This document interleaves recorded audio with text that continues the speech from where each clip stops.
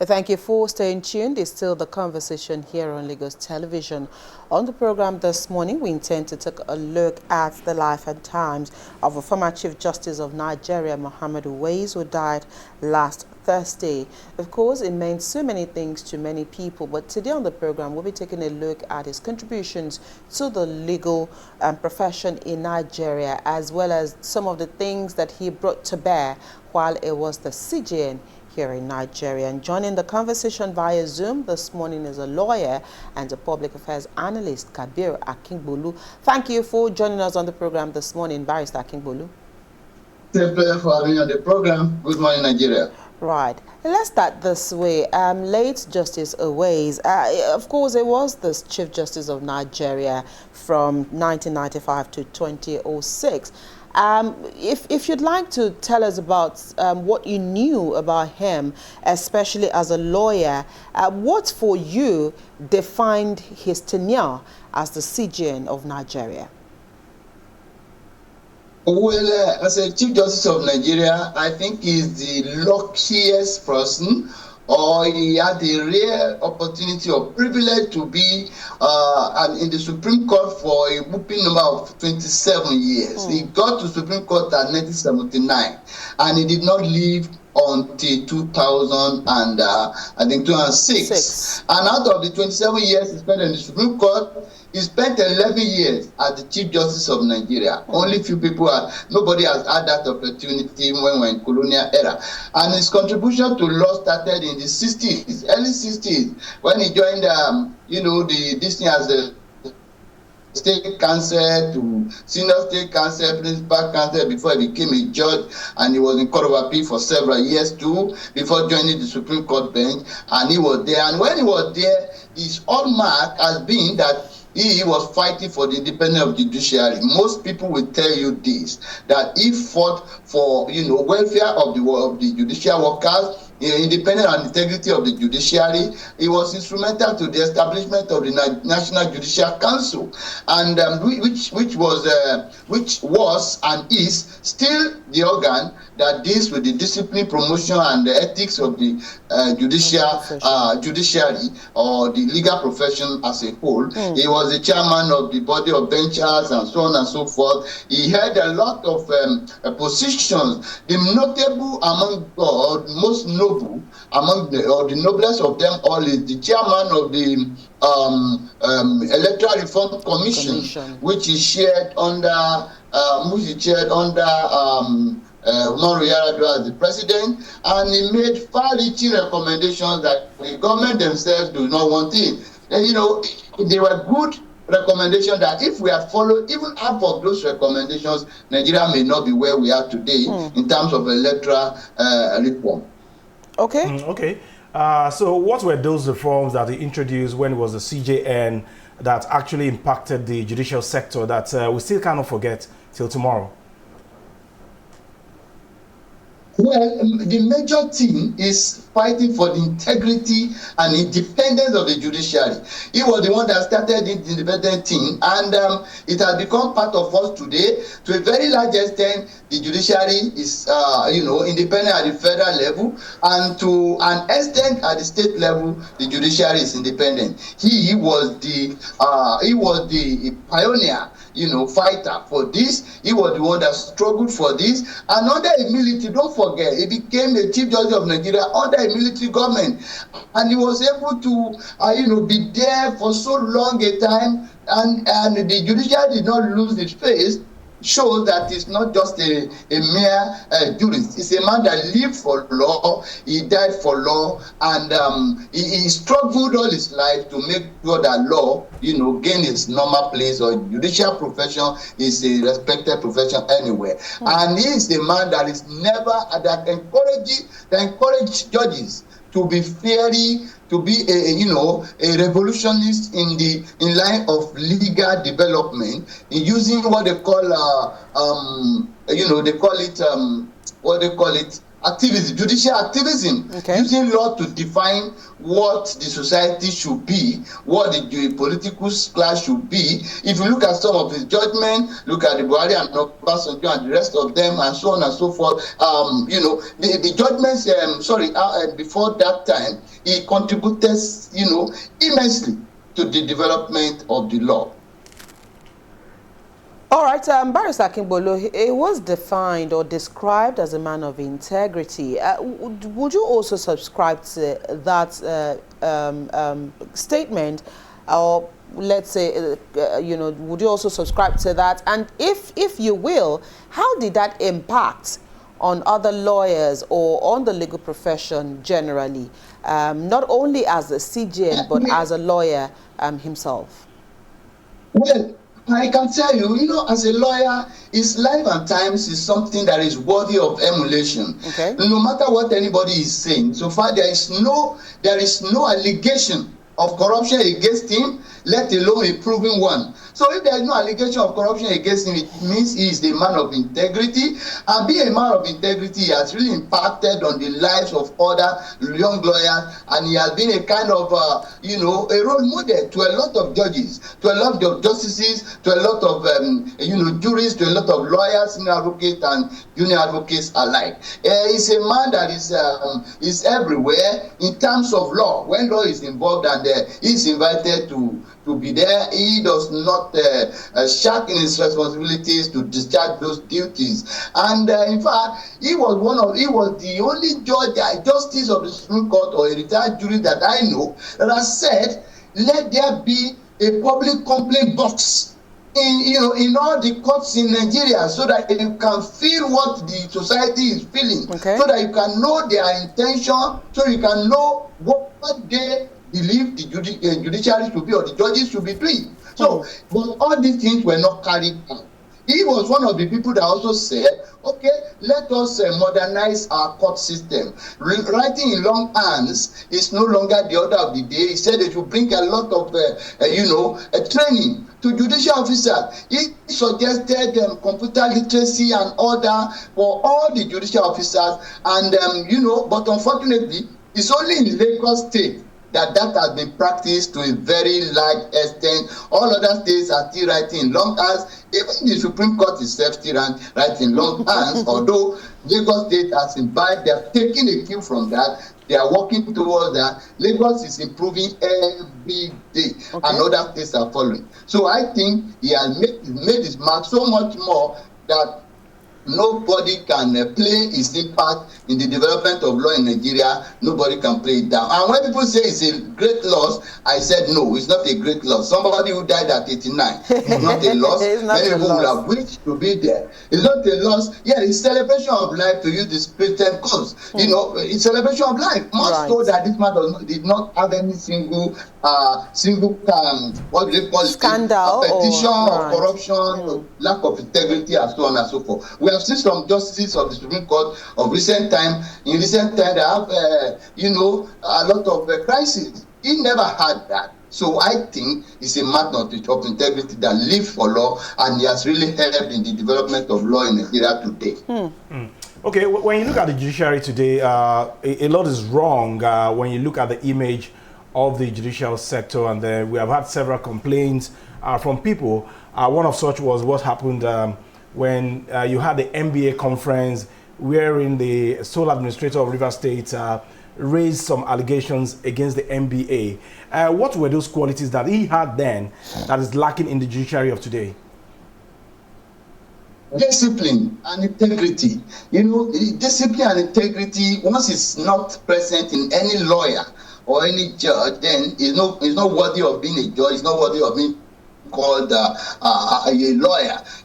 As a chief judge of Nigeria, under a military regime, we ought to see a lot of things against him to say, oh, he didn't do this, or he was romancing the military leaders, then against the wishes of the people, against the wishes of the lawyer, against the wishes of the judiciary, against the wishes of Nigerians. But there was no such thing, and there cannot be again, because he he is no more. He has contributed his own quota. I think if every CJN or every justice of the Supreme Court, Court of Appeal or High Court has imbibed his ideas of what a jurist should be, I think Nigeria would be a better place to be. Nigeria will be better for it because he is a man that believes law is an instrument of social engineering.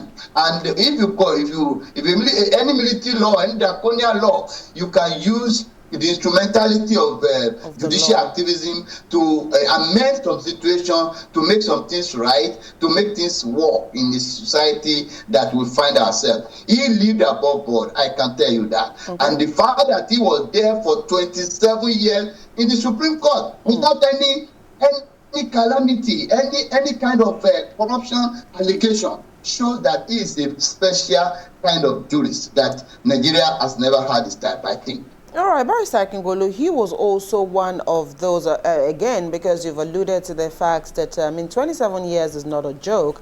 That was such a long time. And so if part of the things he also instituted was, or he resisted executive interferences in the judiciary, especially under the military regime. But now that we are in a supposed democracy, what are some of the things that, the late CJN had worked towards, again, looking at the interferences between the executive and the judiciary, that we can begin to, again, look at today and perhaps maybe remember those things in his honor, in his legacy?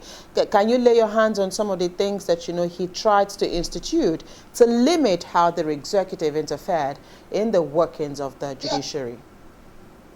And let me tell you, one of the things is this: if there is something that has battered the image of the judiciary today, is the inclusion or some of the pronouncements of the judiciary or of the courts against some political issues or questions or some political problems. And he was one of the people that championed the idea that let there be a judicial commission of inquiry that will be trying electoral offences. If this commission had been put in place, some of the backlashes that the judiciary is having today, it will not be there. Okay. And again, he's one of the people that say, okay, there must be rejuvenation of the entire electoral system and law. You understand? The manner of proving electoral offenses, the manner of proving electoral rigging, the manner of proving election cases and all that. He laid down everything, but unfortunately, they never followed any of them. If all these things have been followed, the pressure on the judiciary will have been limited, the insult to the judiciary will have been limited, the integrity of the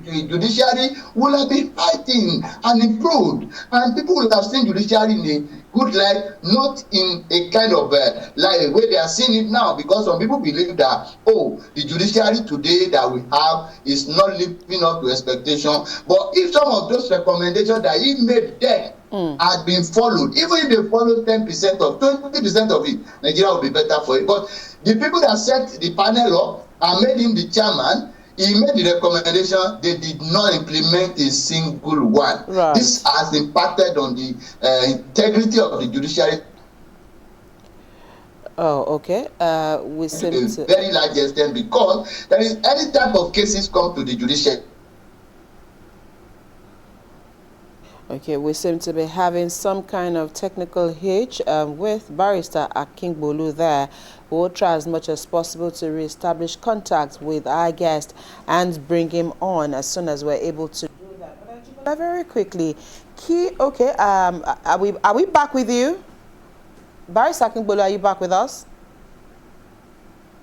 Okay, I think we're having some freezings there, but definitely we'll connect with him as soon as we're able to hear him speak to us again. But one of the things that Barrister Akingbolu expressed worry over would be the Uwais electoral reform panel. That, of course, there were some key recommendations that he made, and just like he said, it's a pity that majority of those things were not implemented. If they were implemented, I think it's back.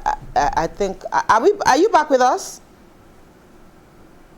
I'm back. Okay, all right.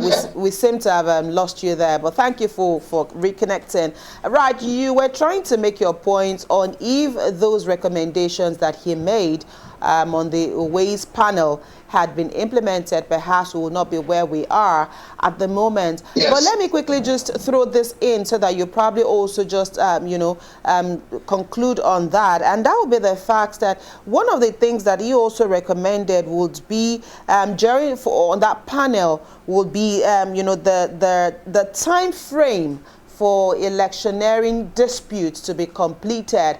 And I think that's also very germane. What do you think government needs to do? This administration, do they need to dust again that panel report and see how some of those things can be implemented? Or we just assume that, those recommendations were made at that time and may no longer be useful at this present time? All the recommendations he made then were useful then, and they are still useful, and they will continue to be useful because they are time-tested, recommendations that cannot really quickly. And I think this government can still talk about it. The time frame for hearing election petition under the 1979 law, under the Second Republic, it used to be to file your election case. I think you have 30 days. They have reduced it to 21 days now. But proving the election, this thing, they need to do it before the swearing in. They have to conclude our election dispute before swearing in, which means the judges should work day and night to ensure that this is done. But a situation whereby somebody is in office for 10 months before you finish the election dispute is uncalled for. A governor, you start from the tribunal, you spend 6 months. Court of Appeal, you spend 2 months. Supreme Court, you spend 2 months. That's 10 months. If you're a House of Assembly or a House of Representative member or a senator, you spend 6 months at the tribunal, you spend 2 months at the Court of Appeal, which is 8 months. For presidential, you spend 6 months at the tribunal, which is Court of Appeal, and 2 months at the Supreme Court. You find out that 8 months is still there and you are there illegally. If at the end of the day you are found not to have been voted there legally, the next person will start his tenure afresh. The 8 months that has happened, you have collected government money, you have taken some far-reaching decision about governance where you were not supposed to be there. This is not a good system that we can operate in. All the democracies of the world, only few democracies can run like this. In America, during the last election between Biden and Donald Trump filed 47 suits, and those suits were determined within 2 weeks before the election took place. But in Nigeria, even if you file your election petition before you are able to serve the person who has allegedly been declared the winner, will take you like 2-3 months. You will have to go and file application at the tribunal that he's running from service, we cannot serve him. The tribunal will now give you an order to go and paste it so that you can see it. So these are not supposed to be. If some of these recommendations have been followed, we will never be where we are today. So the government should dust that recommendation again with a view to looking at it and making use of it in due course. It is very important. And I am also recommending this to be. Okay. All right, let's talk about the NJC when Justice Uwais was alive. What kind of discipline did we have then that we are lacking today? And what are those things that the CJN of today can actually take away from some of those that were disciplined during his own time? Yes. During the time of Uwais, when a recommendation is made for somebody to be dismissed or suspended, they always carry it out to the letter.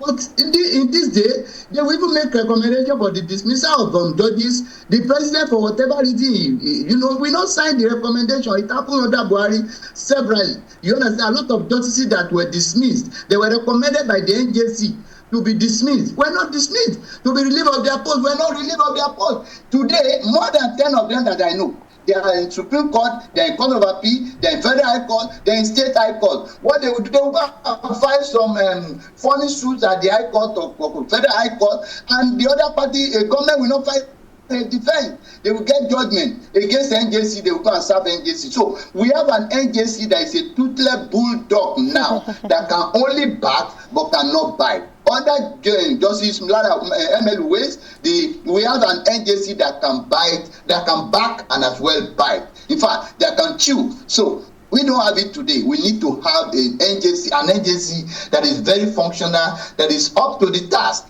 that is up and doing, that is effective and positive. Right. I mean, still in the same line of question that Ajibola asked, would be during his time, he also upheld judicial ethics and transparency, which again is one thing that you've also expressed worry that is no longer there. Does this not cast aspersion on, the legal profession as one, that should be respected at all times? If issues around ethics are toyed with, if issues around transparency, are not abided by legal professionals, what then, can this say about your profession in the light to other people?